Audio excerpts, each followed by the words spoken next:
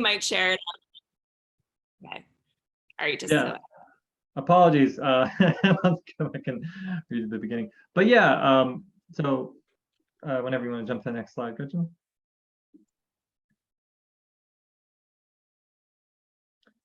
Yeah, so here's where we are with solar in the state of Pennsylvania. There's over 33,000 installations, which is significant. Over 4,000 solar jobs. Ranked 18th in the country, which leaves a lot of improvement opportunity for us. And some of our neighboring states are doing really well in this category. And it's a 39 ranking for solar jobs per capita. Huge opportunity for growth there. I mean, we have a lot of solar companies and solar related companies, but there's just an enormous potential, and it's only going to grow. It's a growing field. So there's, in terms of solar, we talk a lot about economics. There's just a giant opportunity to grow the economic benefit of solar in Pennsylvania. So yeah, 22 is our ranking, right in the middle, but we could be number one, and that would be that's achievable. It's not, we think about California, we think of these other states that have a very obvious solar trajectory, but Massachusetts is a state that is high up on that list, and they're not sunnier than we are. It's just good policy. It's strong economic goals that benefit solar. Those are the things that drive it.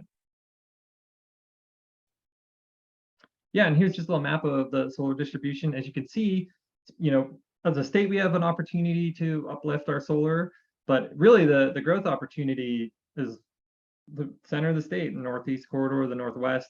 I mean, the two major urban centers, Philadelphia and Pittsburgh, there's a fair amount of solar, still plenty of room to grow there. And I mean, obviously Lehigh Valley, we'll show a number in a coming slide. There's another hub for solar, but there's just unlimited potential across the state to build out solar. And when you think about, this big chunk in the middle, it's a lot of land. It's a lot of opportunity to put out utility scale solar, to put out solar that benefits landowners and your various stakeholders. So again, we have a huge map, huge solar opportunity here. Lehigh Valley, 48 megawatts, that's 6% of the state's total systems. So for the relatively small piece of geography we're talking about, that's a pretty good percentage, but there could be a lot more. And we're obviously here to recognize folks that are making that happen in this community, but we just want to give a perspective on where you're at relative to the total capacity. And that's not so bad. It's a good start. Yeah, and so when we talk a lot about policy, talk about solar, that's really driven by the Alternative Energy Portfolio Standard. So states have an AEPS that compels the utility companies to buy a certain percentage of renewable energy or alternative energy, as ours is outlined. And it has a mix of different generation sources, but that really is what drives a lot of the large-scale development. Especially the utilities have to meet these obligations, and some organizations will contribute. State municipal organizations will do this as well. But our goal right now is it's only 8% for renewables, and that's half of 1% for solar. And that's closed border solar that's actually in the state of Pennsylvania. So of that 8% total renewable energy, only 1.5% of it is actually in Pennsylvania. So that's, again, we're talking about huge opportunity to grow the amount of renewable energy in solar specifically. Half of 1% is nothing. You look at New York, 2030, their goal is to be 70% renewable. So we could go 140 times the amount of solar we have and be touching what their goals are. And they're on the trajectory to achieve these things. And part of it is the goal setting. The goal setting really does create the economic playground for solar to develop a little bit more thoroughly. It's already happening. I mean, we have the legislation at the federal level. We have really strong economics now. Energy prices are going up, unfortunately. So there's a makeup to do this, but policy can really improve where we're at. Yeah, and so when we talk about policy in the future, modernizing Pennsylvania's solar policy is really, one, enabling community solar. I mean, this is, I think, probably the most popular approach to solar when we talk about the general public. Community solar is just an opportunity to put up large scale solar that can be funded by and can be contributed to individuals, businesses, residents, depending on the structure of the community solar. But it's a way for everyone to share in that dividend we talked about earlier. People can contribute to solar without having to spend a large bit of their own money up front to build a solar arrays, or if they're in apartments or whatever, if you pay a bill, then you could potentially contribute to solar being developed in your state, which again could benefit local installers, create jobs, can do all of those things.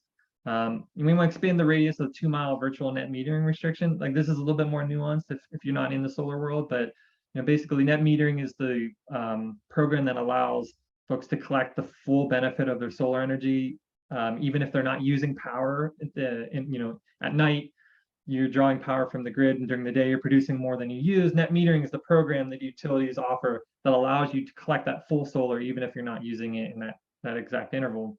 And right now there's a 2-mile radius from where the solar is being generated to where the bill is actually consuming energy. But if you expand that radius, which seems like a lot until you really start looking at the maps of where large scale installations go versus the consumers of electricity, it really limits the capacity to do work specifically in urban areas, but even like small communities, it might not be ideal to only have that 2-mile radius.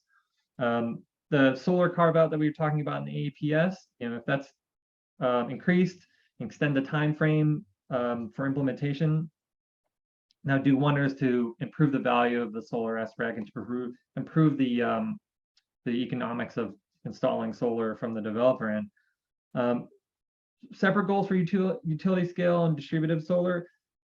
I'm talking a lot about utility, talking a lot about residential customers. They have very, very different goals, very different needs. It's a very different economic model.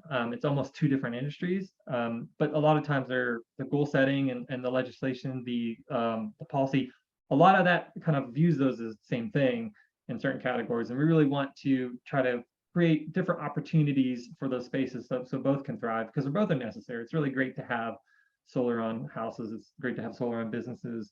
It's also great to have large scale solar, but we need both, and we need policy that drives both. And then long-term contracting for utility scale solar is part of the utilities default service. I mean, this is just making sure that the utility is also doing their part to drive solar construction, to drive more solar into the grid. It benefits them, it benefits everybody. So we just want to make sure that they're enabled, they're given the tools and the drive to do this as well.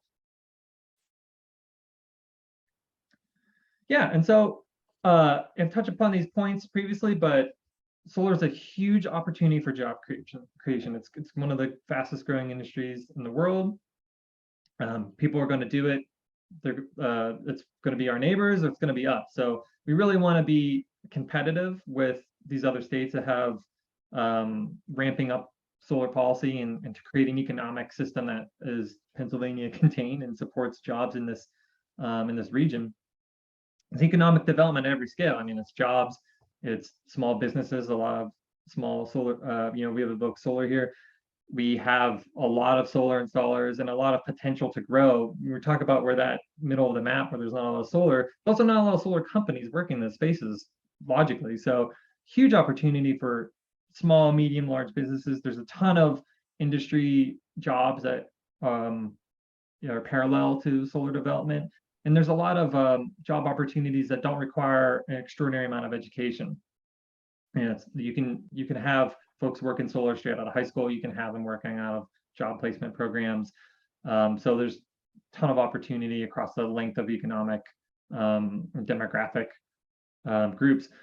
And then preserving family farms, and we talked about that big space again, I go back to it, but there's a lot of family farms that are disappearing relatively quickly. I think, over the last something like 10 years, we've lost 6,000 family farms. That's an insane amount.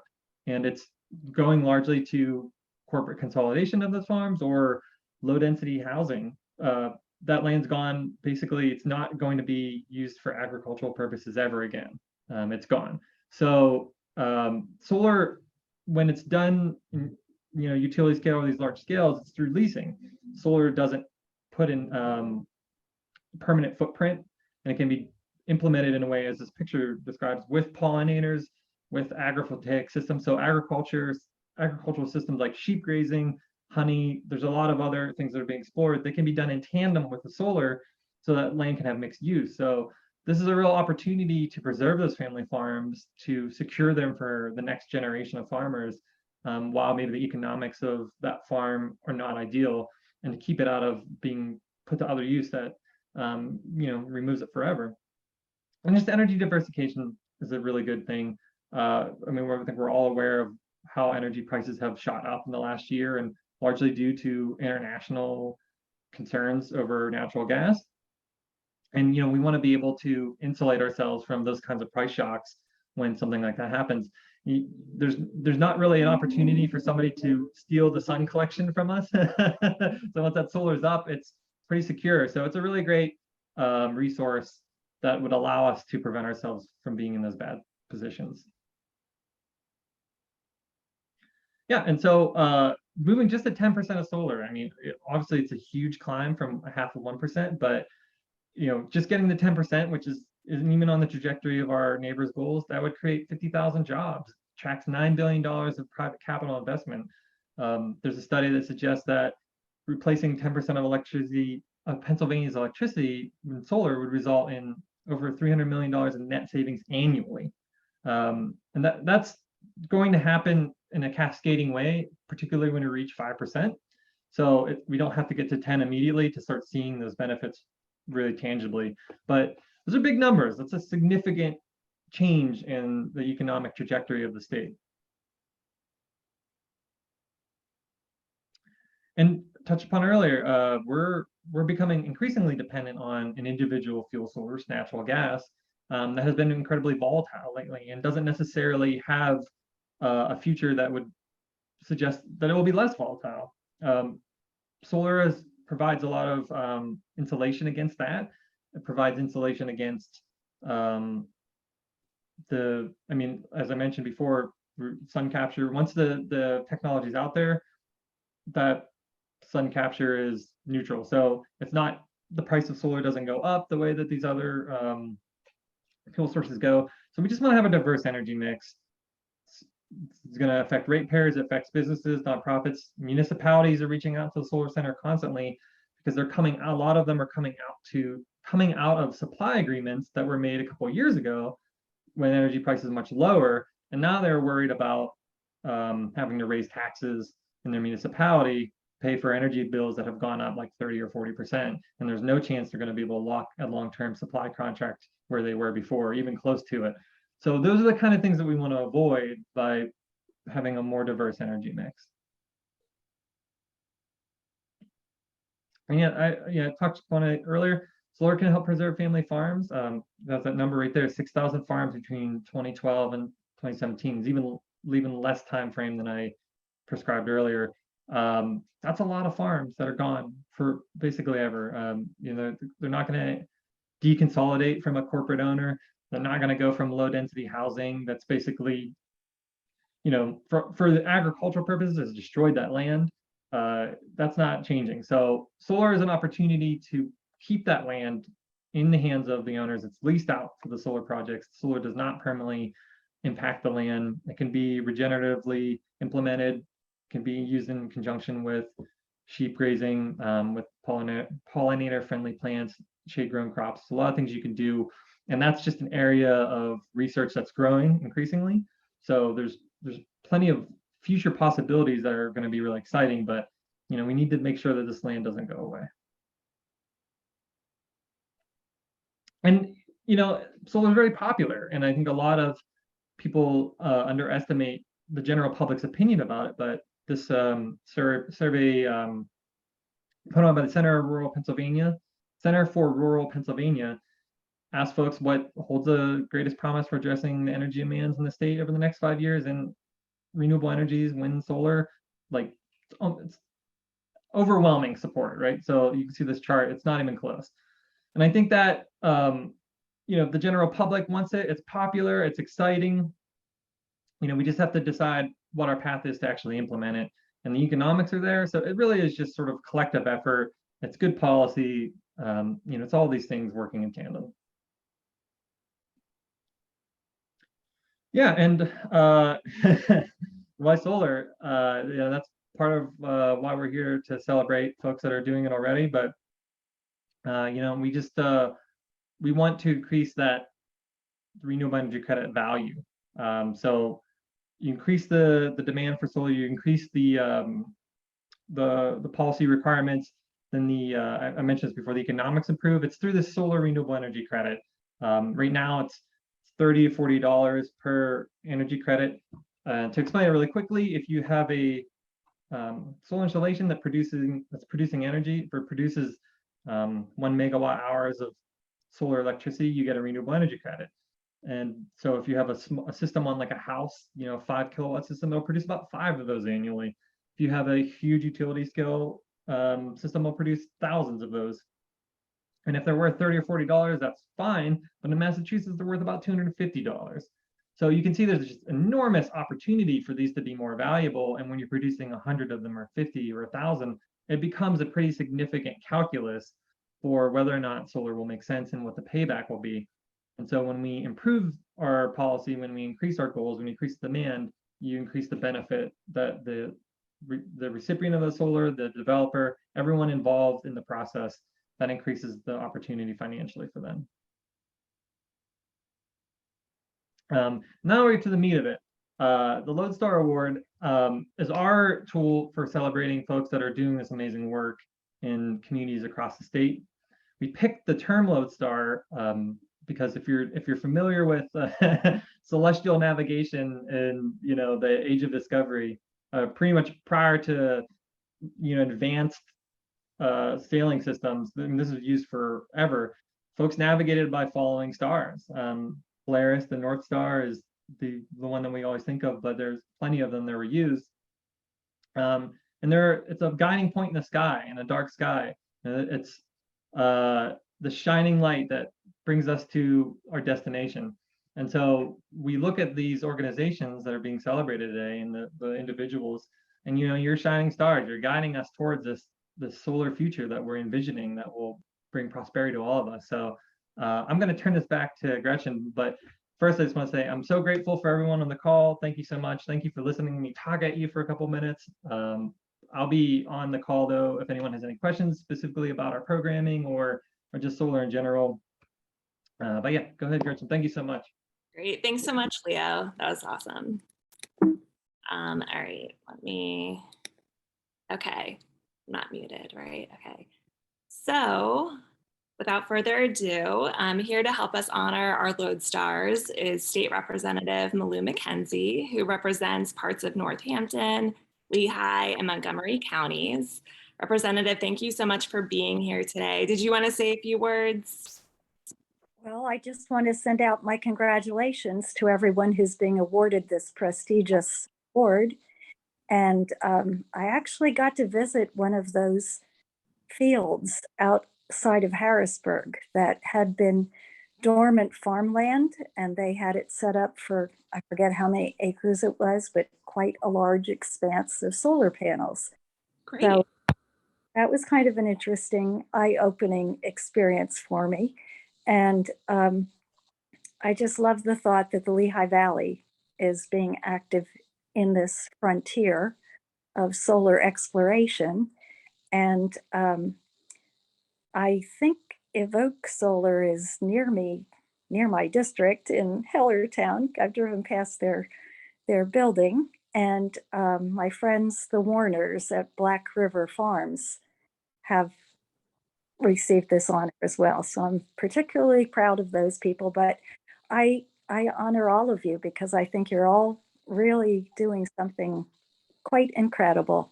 So congratulations, and I want you to know that you have my support. So that's why I'm happy to be here today to say thank you very much and congratulations. Well, thank you, Representative. We're thrilled you're here. Okay, let me see. And we also, do we have Representative Samuelson here tonight? Let's see if I see him. All right. Representative, you might be muted, but if you are here, feel free to jump in at some point later. All right. Apologize, but I'm going to have to leave in a little while because I have to go to another meeting. Of course, we know you're busy. Thank you so much for taking the time to join us. And my honor to be here to honor all of these wonderful people. Thank you very much. Thank you. And we'll be sure to send you the recording. We'll send all of you the recording and we'll share on social media. So thanks again. All right, great. All right, so pull up my notes here. Let's get this party started. We're recognizing our education Lodestars first. Many educational institutions across the K through higher education spectrum have been recognizing the benefits of solar for managing their often tight budgets, but also as a learning opportunity for their students, incorporating the technology with the curriculum from science classes to accounting. So today we'd like to start with Bethlehem Area School District for their vision in going solar. The district is represented today by Mark Stein, their Chief Facilities and Operations Officer. It's my understanding that Mark was really one of the driving forces behind the district's decision to go solar. So Mark, kudos to you for achieving this amazing vision. How about I show the video and then you can add anything you'd like. That worked. You still have Mark on the line. Yep, that sounds great. Thanks, Gretchen. Okay, great. All right, so please bear with me as I switch the screen. Okay, you know what, I'm gonna do that.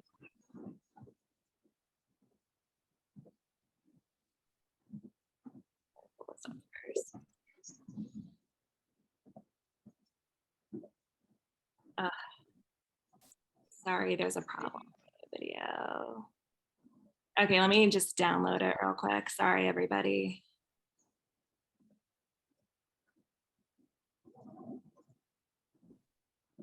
Gotta love technology. Please bear with me.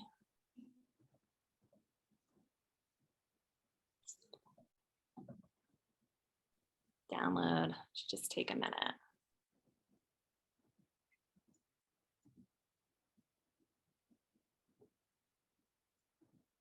Let me try.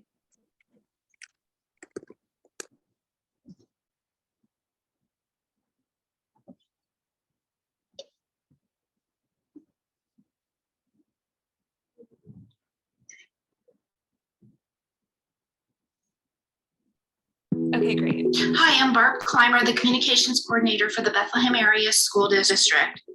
The Bethlehem Area School District began its solar journey in 2010, partnering with Tangent Energy Solutions to secure over $1.8 million in grants from the Pennsylvania Department of Community and Okay, sorry about that. Okay.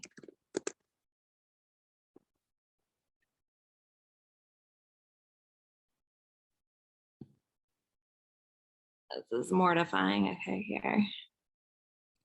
Okay, you share this.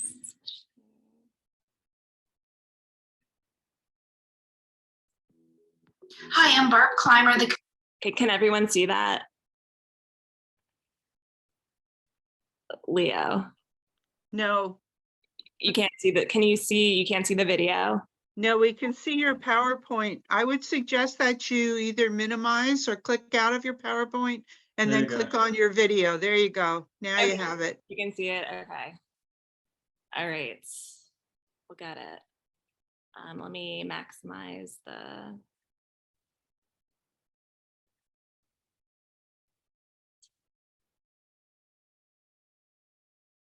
Communications Coordinator for the Bethlehem Area School District. The Bethlehem Area School District began its solar journey in 2010, partnering with Tangent Energy Solutions to secure over $1.8 million in grants from the Pennsylvania Department of Community and Economic Development. The grants, combined with a power purchase agreement, allowed for the installation of solar arrays at 5 of our district's 22 schools with zero out-of-pocket expenses for our community. The 5 solar arrays total 1.6 megawatts of power and generate approximately 10% of the district's total electric consumption. 3 ground mount arrays, a roof mount array, and a parking lot canopy array were installed. One of the elementary arrays was partially installed within a detention basin to minimize athletic field impacts, while at the other two elementary schools, solar panels generate enough electricity to completely power each entire school. As a school district, our primary mission is education. So as an added benefit of the solar arrays has been the integration of solar technology into our classroom. Solar panel information, savings calculators, and live data from the arrays are available to provide amazing learning opportunities for all our students in all grade levels. At the Bethlehem Area School District, we look forward to continuing our solar journey by serving as a role model for our students and providing continued physical and environmental stewardship in our community. We thank Tangent Energy Solutions and the Pennsylvania Department of Community and Economic Development for this opportunity. Wow.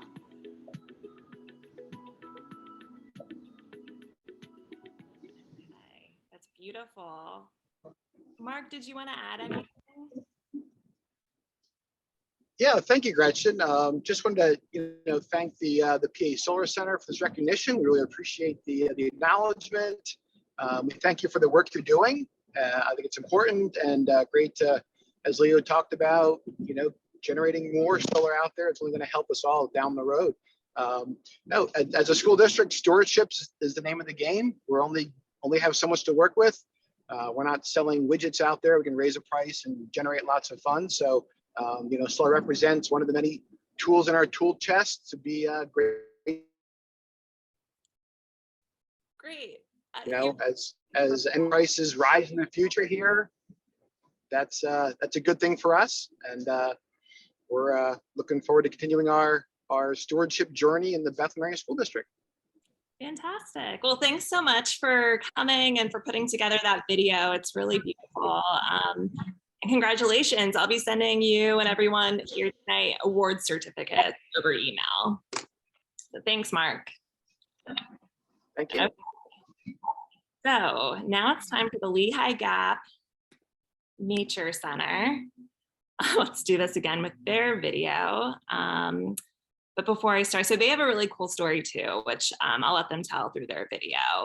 Chad Schwartz, their Director of Science and Education, is here, I believe. Chad, are you here? I'm here. Hello. Oh, there you are. Hi, how are you? I'm good. How about you? Good, thanks for coming. Thanks for inviting me. Thanks for this award. We really appreciate it. Of course, and your video is great. So how about I show your video, like with Mark, I'll show your video first and then open the floor for you if you want to add anything. Sounds great. Thank you.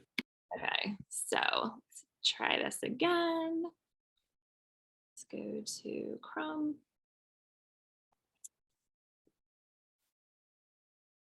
Okay, exit out of this. Can you guys see the video screen? I see some nodding, that's good. Oh, it's actually a YouTube one. All right.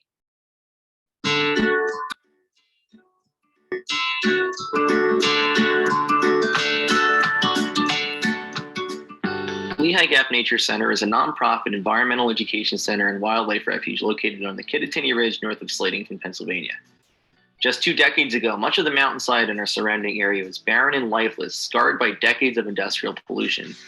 LGNC's efforts to revegetate several hundred acres of this former moonscape have not only successfully restored life to the mountain, but they have also established a community resource that is now enjoyed by thousands of visitors annually. To this day, LGNC still has the unique honor of being the first and only environmental education center in the US on a federal Superfund site. LGNC's Osprey House Visitor Center is the epicenter of activity on our wildlife refuge. This expanded 19th century farmhouse features restrooms, drinking fountains, and information for trail users, classrooms and meeting spaces for educational programs, and LGNC's offices. Adding to a long list of green building features, a 65-panel, 23.4 kilowatt sun power solar system was installed by Evoke Solar in 2018. The installation was funded by a generous Green Mountain Energy Sun Club solar grant. Thanks to the solar panels, LGNC is able to produce enough electricity to cover 100% of the building's energy needs. This system is preventing about 50,000 pounds of carbon dioxide emissions each year.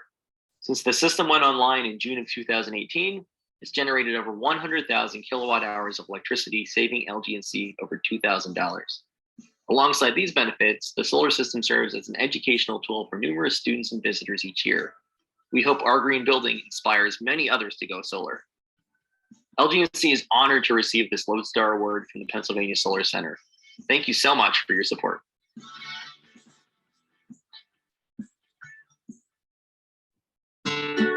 Sorry. That is so great, Chad. Did you have anything you wanted to add? Not too much. I'll just say thank you again. We've had a lot of field trips back this fall, which is why I don't have a voice right now. Just had some kids out there today, and we always make it a point to talk about the solar panels and hopefully inspire kids to learn more about this and hopefully convince their parents to get on board too at home.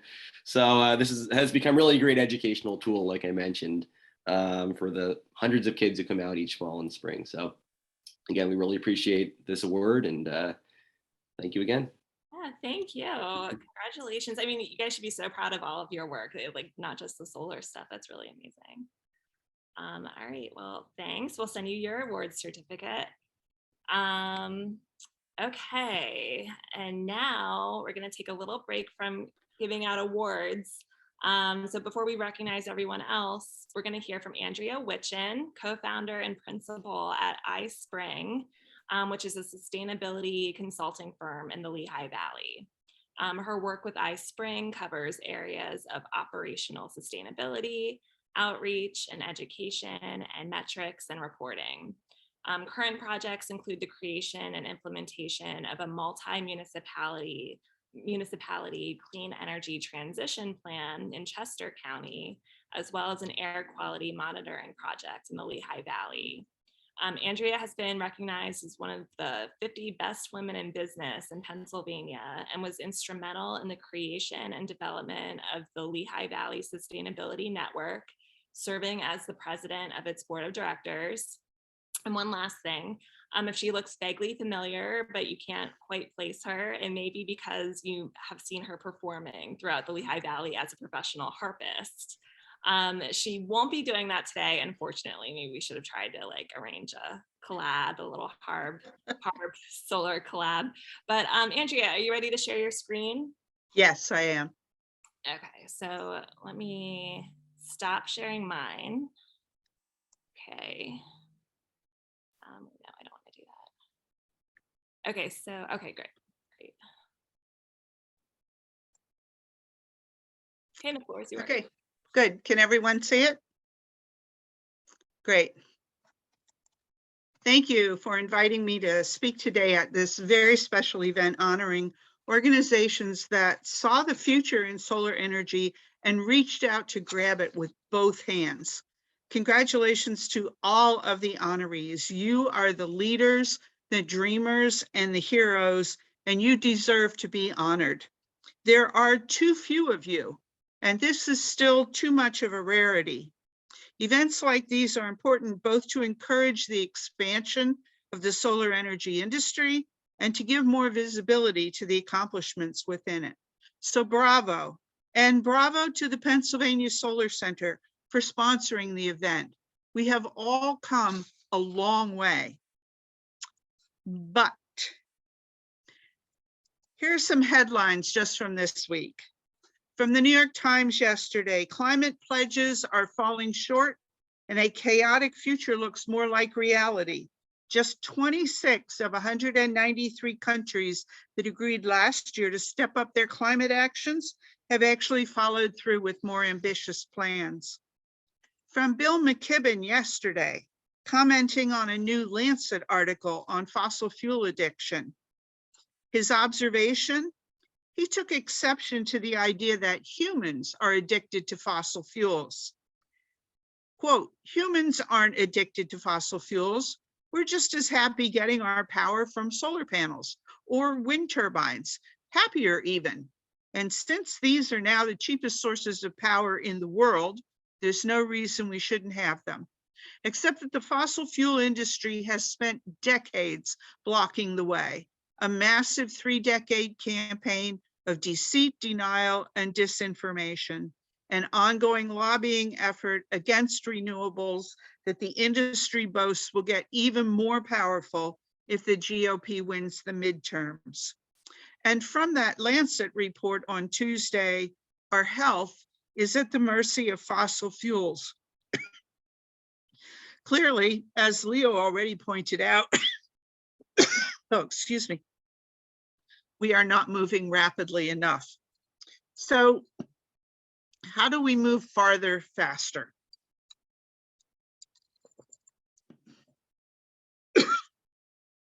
Let me suggest a few ideas, but first, a quick story about my grandmother. As a young wife and mother during the Great Depression, her life was challenging. What I remember most about her was that she never threw away a piece of tin foil if it was reusable. She'd wipe it off, fold it up, and put it in a drawer to use again later. Long after the Depression was over and she and my grandfather were doing quite well, she still reused tinfoil. And she had half a dozen other little habits of conservation that she continued to practice until she died at the age of 83. Those habits, what we would call sustainable practices, were so ingrained in her thought process that it never occurred to her not to do the sustainable thing. It was part of her persona. What I'm suggesting is that we as humans need to ingrain that kind of awareness of our place in the ecosystem so deeply into our thinking that it's the first place we go when we have a choice to make. In his book, The Uninhabitable Earth, David Wallace Wells, after outlining a horrific litany of cascading disasters that we can expect if we refuse to deal with the warming planet, says this: "The emerging portrait of suffering is, I hope, horrifying. It is also entirely elective." In other words, we don't have to be doomed. The tools are all there for us to use. What we lack is the will. Gus Speth, who was the founder of the World Resource Institute and the National Resource Defense Council, looks at it a different way. He says, "I used to think the top environmental problems were biodiversity loss, ecosystem collapse, and climate change, but I was wrong. The top environmental problems are selfishness, greed, and apathy. And to deal with those, we need a spiritual and cultural transformation. Again, we need the will to change our thinking. As humans, we can do it at a fundamental level when we understand our place in the life of the planet. We can teach ourselves to go there first when we have to make a choice. When we started iSpring, like all good businesses, we wrote a company vision. The longer we're in business, the more I believe in that vision and the fact that it truly is the key to our survival on the planet. At iSpring, our vision is a global community in which sustainability principles are so embedded in our thought and action that sustainable practices become unremarkable. It's a community where our knee-jerk reaction needs to be the sustainable choice. And relative to today's event, it's a world where solar energy is boring because it is so normal and so unremarkable. But how do we get there? We need to learn how to adjust our mindsets. We need to see that this is the new reality and we can't go back. Rather than observing that the 2010s were the hottest decade on record, we need to realize that the 2010s were the coolest decade that most of us will see for the rest of our lives. This is real. Sustainability, even the subset of it of solar energy, is not some cute add-on. It's not something you do when you've tried everything else. It has to be at the core of the choices that we make. So how do we achieve a massive change in mindset? Education is the key, and how appropriate that today the first honorees are educational institutions. We have to start with the youngest generation and ingrain it in every curriculum from kindergarten to graduation.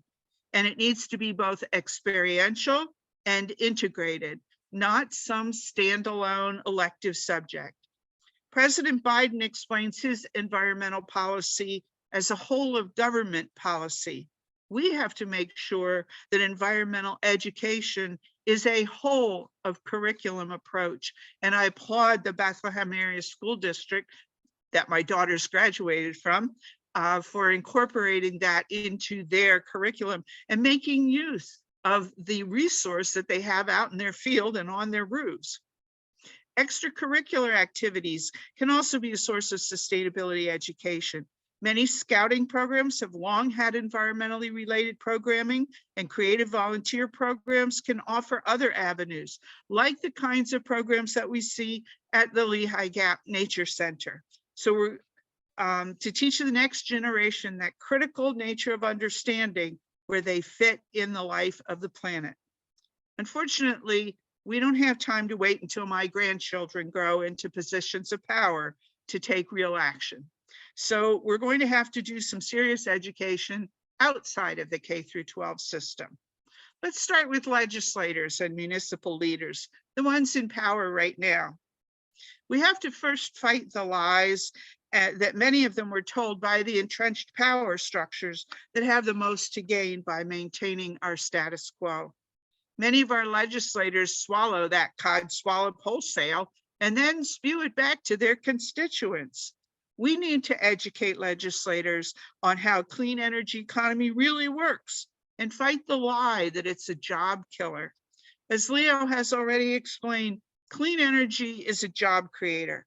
It creates clean, well-paying, often union jobs. It's a driver of our economy, an expanding economy. In addition to job creation, there's building of infrastructure, research and development, and innovation that will put us far ahead of our global competitors. It reduces healthcare costs through cleaner air and cleaner water.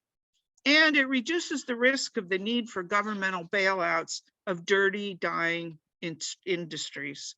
And then when they get it, we need to praise, support, and elect them. Let's look at the media.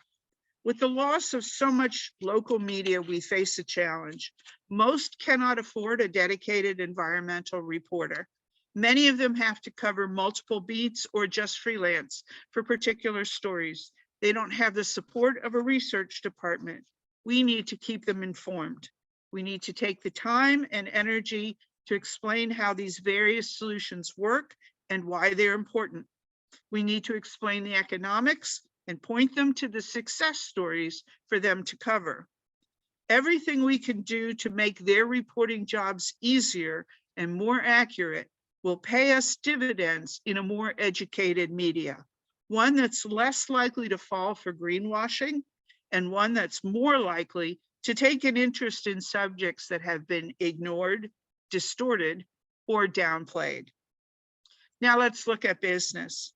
While there are a lot of lies and a lot of entrenched power interests, in many ways business, especially big businesses like Crayola, have been the source of much of the momentum for clean energy adoption. Why?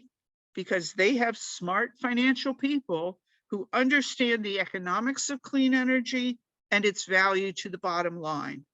They understand the need to mitigate risk in a changing climate. What can we do to educate them more, especially smaller businesses without huge piles of capital? We need to demonstrate the economics and provide them with incentives that make the adoption of clean energy attractive. And then there's the public. How do we reach them? In some of the ways that I've already outlined, through enlightened legislators, through a savvy media, through their employers, through what their children are learning in school. But there are other channels as well. We can provide education in places like community centers, through continuing ed courses at community colleges, in churches, synagogues, and mosques, and through community organizations like the Rotary. We need to meet people where they are and help them see how integrating sustainable choices and clean energy into their lives is valuable to them. Help them rewire their thinking. For younger adults who've already been exposed to some environmental awareness within their school curriculum, we can show them how they can implement what they already know. We need to teach anyone who listen how having control over your own energy can be empowering and cost saving. Offer the incentives to make it a faster payback so they can see the results sooner. And probably most important, show them how to work together to pressure leaders to listen to them, to get the forward motion that is so critical to our future. And teach them that it's not about saving the planet. The planet will be just fine, whether we're here or not. It's about saving us. You all have already proven that you are the leaders. You've researched the possibilities, believed the science, and took the giant leap into what, for some of you, I'm sure, was a scary unknown. I remember the discussions about putting solar in the Bethlehem Area School District. That was not an easy choice. Please, for all of us, continue that leadership. Become evangelists if you aren't already. Share what you've done, do more of it, and educate others.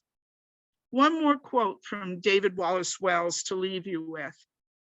If we allow global warming to proceed and to punish us with all the ferocity that we have fed it, it will be because we have chosen that punishment, collectively walking down a path of suicide. If we avert it, it will be because we have chosen to walk a different path and endure. You have already made that choice. And for that, thank you.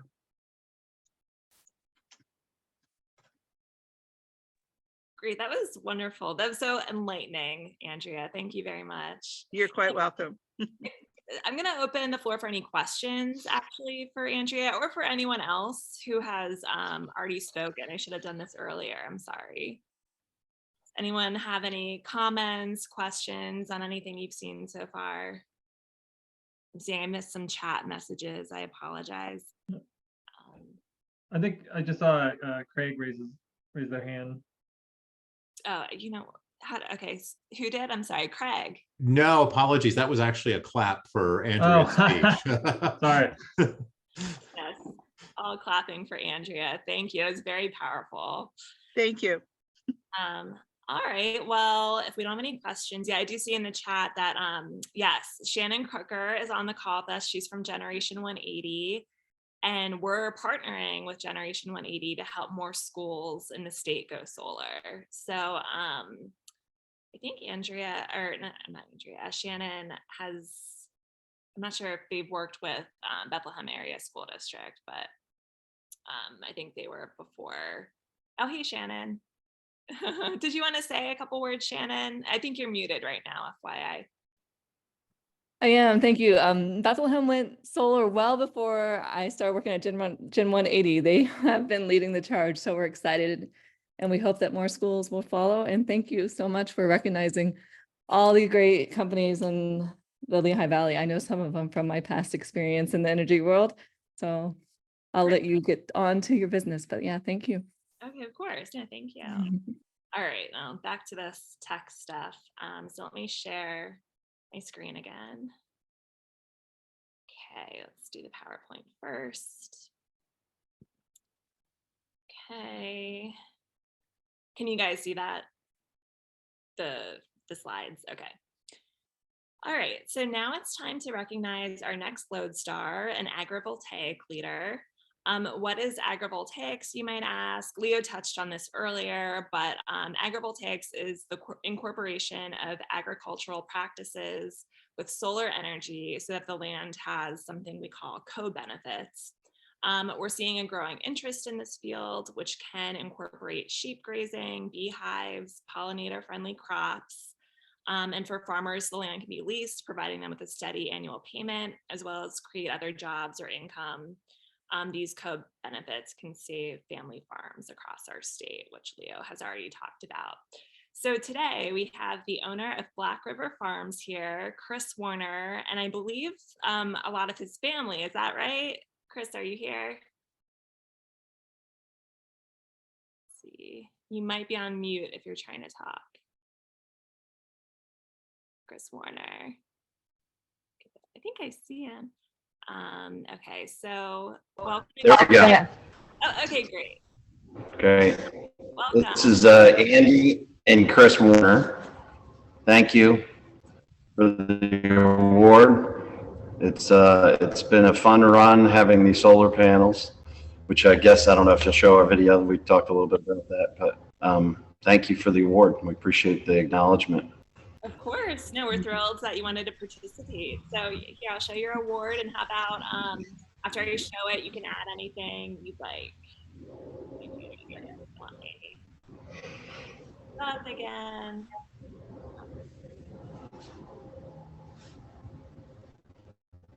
But you guys can still see the slides, right?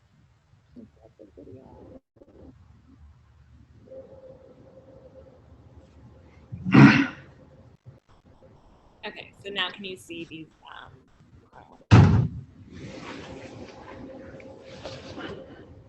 Hi, I'm Barb Clymer, the communications coordinator. Welcome to Black River Farms. We have a lovely vineyard, that's what we primarily do, and we're in the middle of harvest season. So if I'm a little dirty, because I've been crushing grapes. But let's talk about the solar panels, which I put in 2010. It's a 200 kilowatt system that so far has generated 2,400,000 plus kilowatt hours. We have used about a third of that. 2/3 goes back to the grid.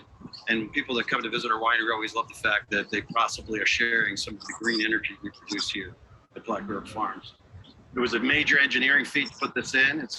It was done as an accessory use to agriculture. It's about an acre of land. It took a little while to get it in, but we put it in a place where we would not have grown grapevines, because grapevines don't like wet feet or cold air, and in low places, that's where the cold air and the wet water obviously sits. So it's been ideal. It's worked great for us. We've had a couple hiccups with inverters, but in the big scheme of things, it's been minor. The system was paid off long ago. And we're a huge advocate of solar. Can't solve everything, but certainly at the right place, at the right time, it's awesome. Thank you. Let the sun shine. That's great. Thank you. So I'm sorry, what year did you say you installed it? 2010. That's great.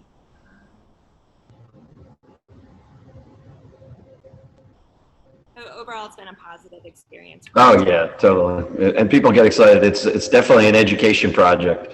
We do a lot of tours at the winery, and there's always questions about the solar panels. And so people learn more about it. Look, we have a lot of people that just walk right out to the solar panels. There's 4 rows of the panels, over 800 panels. So it's and it's right next to all the vines. People are learning more and more about solar in a lot of different ways, but certainly at Black River Farms. You're doing your part to promote solar, and thank you. Yeah. Great. Congratulations. It's been a win-win. Go ahead. I'm sorry. Just said it's been a win-win. It's been totally positive. Yeah, that's wonderful. Well, congratulations.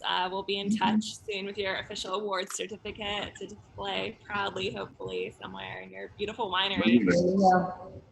Thank you. Oh, it's 5:01. It's happy hour time. So order your wine for our next solar event. All right. So let me change slide. Solar Developer Award. So Evoke Solar is with us tonight. They're a great solar developer in the Lehigh Valley who I believe has helped 1 or 2 of the other awardees here tonight go solar. And Wes and Rochelle, you're here. So I'm not sure, I didn't see if you sent me any photos or a video, but if you want to talk for a few minutes on your experience in helping companies and organizations like these guys go solar, you're certainly welcome. You're muted right now. Yeah, so I got into solar about 20 years ago with a early adopter in Bucks County, and worked in solar through college, and just started down that path, pretty long ago. So 10 years ago, Rochelle and I opened Evoke when the business that I was working with kind of changed seasons and moved a different direction. Rochelle and I, started into our own path with Evoke and have been going strong for 10 years. What's been really amazing to see, frankly, since we're kind of highlighting the Lehigh Valley here, is just from a demographic perspective. 10 years ago, when we started installing solar on our own, we were spending most of our time commuting across the river into New Jersey and beyond to get these systems installed and, frankly, make sure that we could pay our mortgage and make a living. Whereas that has completely shifted to where probably 90% plus of our work is located right here in the Lehigh Valley. And we're very rarely going too far outside of the kind of greater Lehigh Valley, unless it's really by choice. And we're so thankful for that, and really excited to see that, the Lehigh Valley is adopting solar in such a big way. And we've kind of seen that, year after year after year, kind of plugging away. And many thanks to people like Shannon, who helped with Solarize Lehigh Valley and initiatives like that really help in a lot of ways jumpstart years later growth in the Valley, which is cool. That's great. But we're primarily residential and small commercial developer. So we focus on those areas and in the Lehigh Valley. And I think I saw that you did some of the projects represented tonight. Is that right? Yeah, we installed Lehigh Gap Nature Center. Yep. We've been in talks with Black River Farms. They helped cater our grand opening with their wine. So fantastic. Yeah, we're always looking too for like solar friendly products for our event, so I'll have to keep them in mind. Yeah, absolutely. It's great. Yeah. Okay, well, great. Well, thank you so much, Wes and Rochelle. Yeah, we appreciate you guys having us. Thank you. Of course. Thank you. All right. So everyone can still see this, right? All right. So we're moving on to business leaders now. More and more businesses, big and small, are seeing the value in going solar, and not just for the environment, but for the sake of budgeting, which can then lead to future company expansion. Businesses can save a lot of money by going solar, and when they contract with local companies for installation, they create local jobs. So first on the agenda, we have Crayola. I believe we have several people here from Crayola, is that right? Karen Kelly, their Manager of Executive Communications and DEI. Karen, are you here? Yes, I'm here. Hi, Karen. Thanks. And we have Craig here. He's our Director of Sustainability. He can speak as well. And I know you have a video from Pete, who's our Chief Operating Officer. Yes. Okay, so how about I start with that video, and then Craig can jump in if that works for you guys. Okay, so let's go back. Sorry, I know this is painful.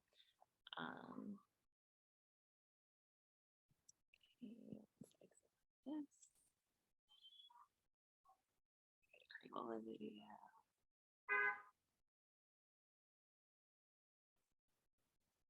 Hi, my name is Pete Rosero. I'm Chief Operating Officer at Crayola, and we are very honored to be receiving this recognition and this award for our efforts in sustainability.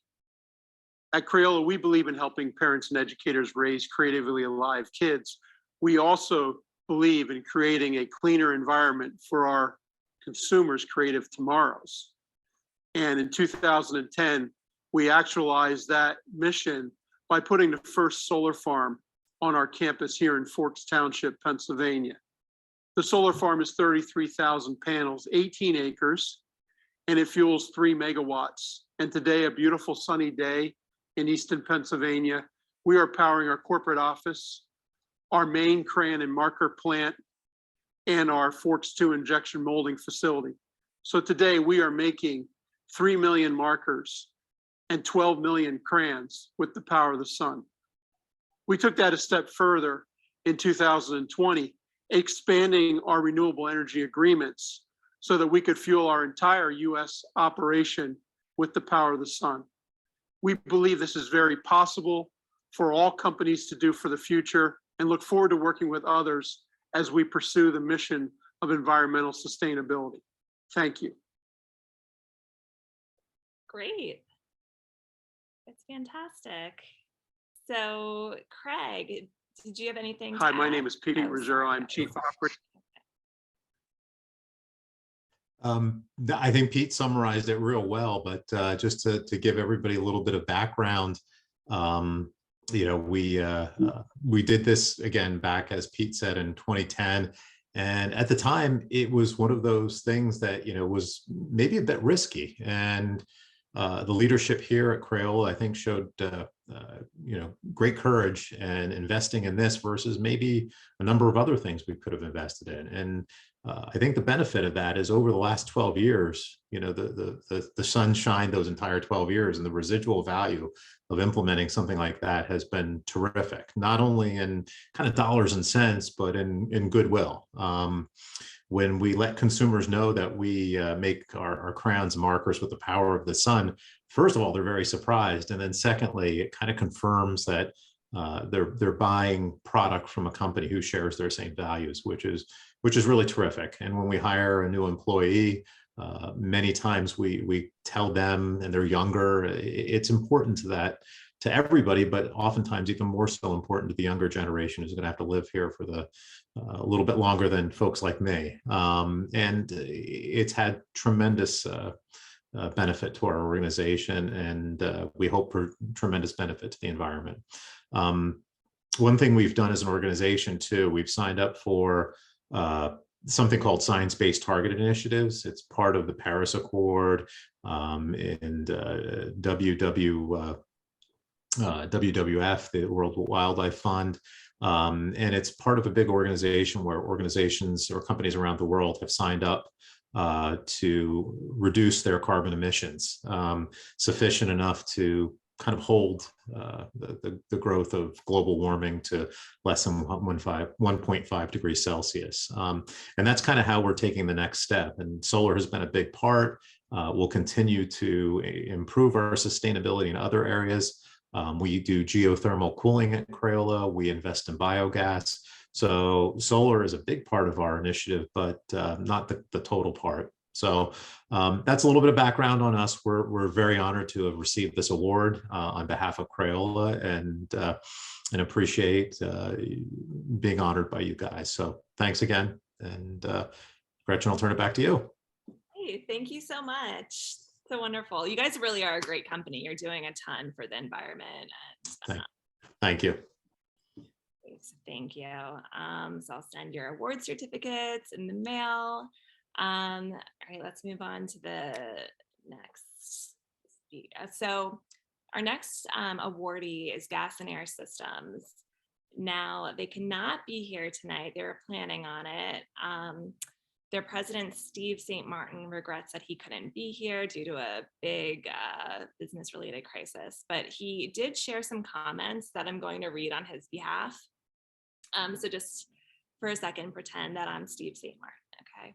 So Gas and Air Systems installed a roof-mounted 60 kilowatt solar electric system in 2010.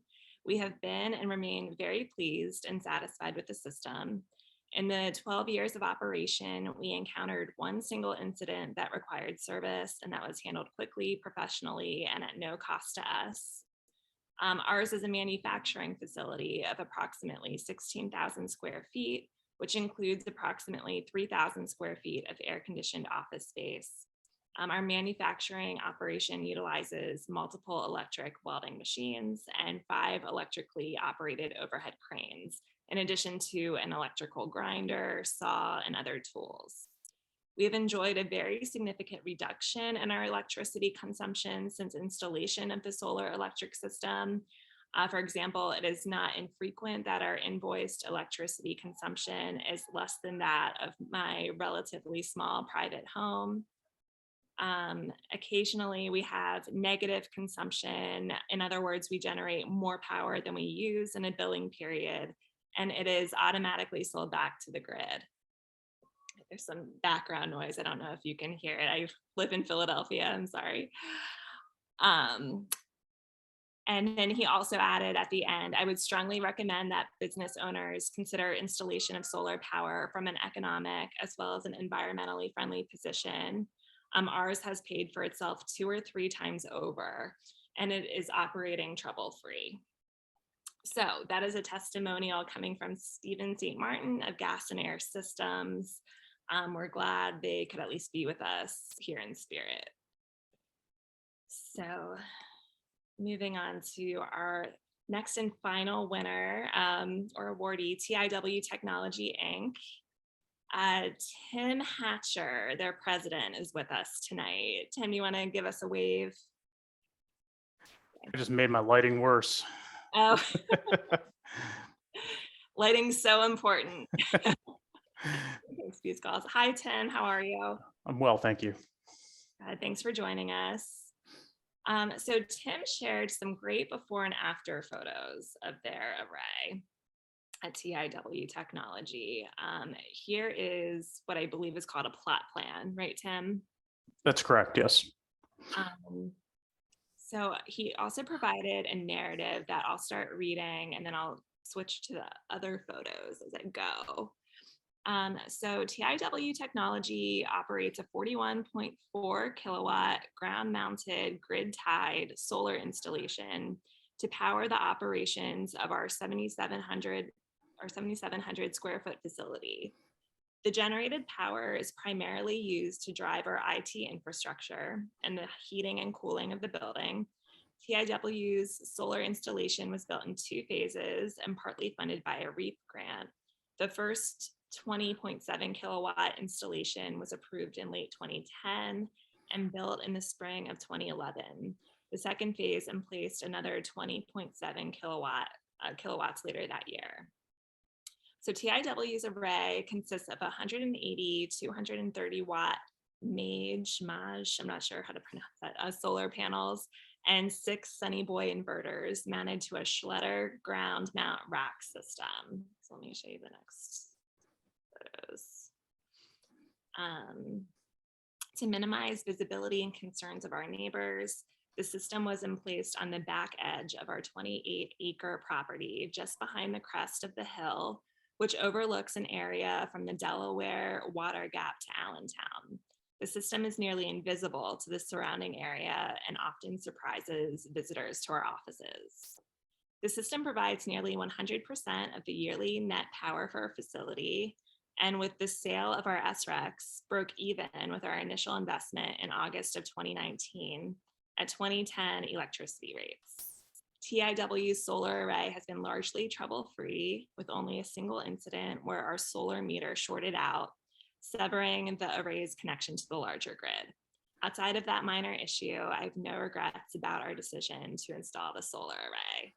That is wonderful. Let me show the final product. Beautiful. Tim, did you have anything you wanted to add? No, I wanted to thank you for the award. I'm glad solar is becoming a lot more acceptable to be able to see. If you don't know where we're at, we're the current stewards of the old windmill restaurant property out here in the Lehigh Valley. So I own basically the top of the hill here, and I overlook the entire valley. So when we went to put in the array initially, there was a lot of pushback from the surrounding area about, the panels and how ugly they would be and this, that, and the other thing. So that actually factored quite a bit into the emplacement of the panels on the property. Currently, the plot plan is set up that we can expand out to a megawatt if we, want to use some more of the fields. We farm out roughly 24 of the 28 acres of the property. So we're literally a software company in a cornfield. the plans are approved. We just, as the operations expand here, we will be probably expanding our solar footprint as well. It's been just a great experience. I love having prospective clients from the Valley. We always, have people out here that like to walk around the facility, see that. They always comment on the solar field. It's been great for us. It's completely trouble-free. I have to remember every month to go out and get a meter reading. It's recommended to basically anybody. Great. That's awesome. Well, congratulations. Thanks so much for coming, Tim. Before we close, does anyone have comments or questions? I see there's a chat. Sorry, I'm bad at looking at the chat. Let's see. So Leo has some nice comments in here and some background on the REAP grant. Thank you, Leo. This is the kind of stuff I don't know about. So I'm so glad Leo's here tonight. Okay, great. All right, well, that brings us to the end of our Lodestar journey. Congratulations, everybody. We'll be sending official award certificates to everyone, and we just want to thank you one last time for participating and for sharing your solar stories with us. It's so inspiring to see how you all made your visions come alive and are now reaping the benefits. So congratulations again, and always feel free to reach out to us with any solar related questions or concerns. Thank you. Thank you. Thank Thanks, everybody. Have a great night. Thank you. Thank you.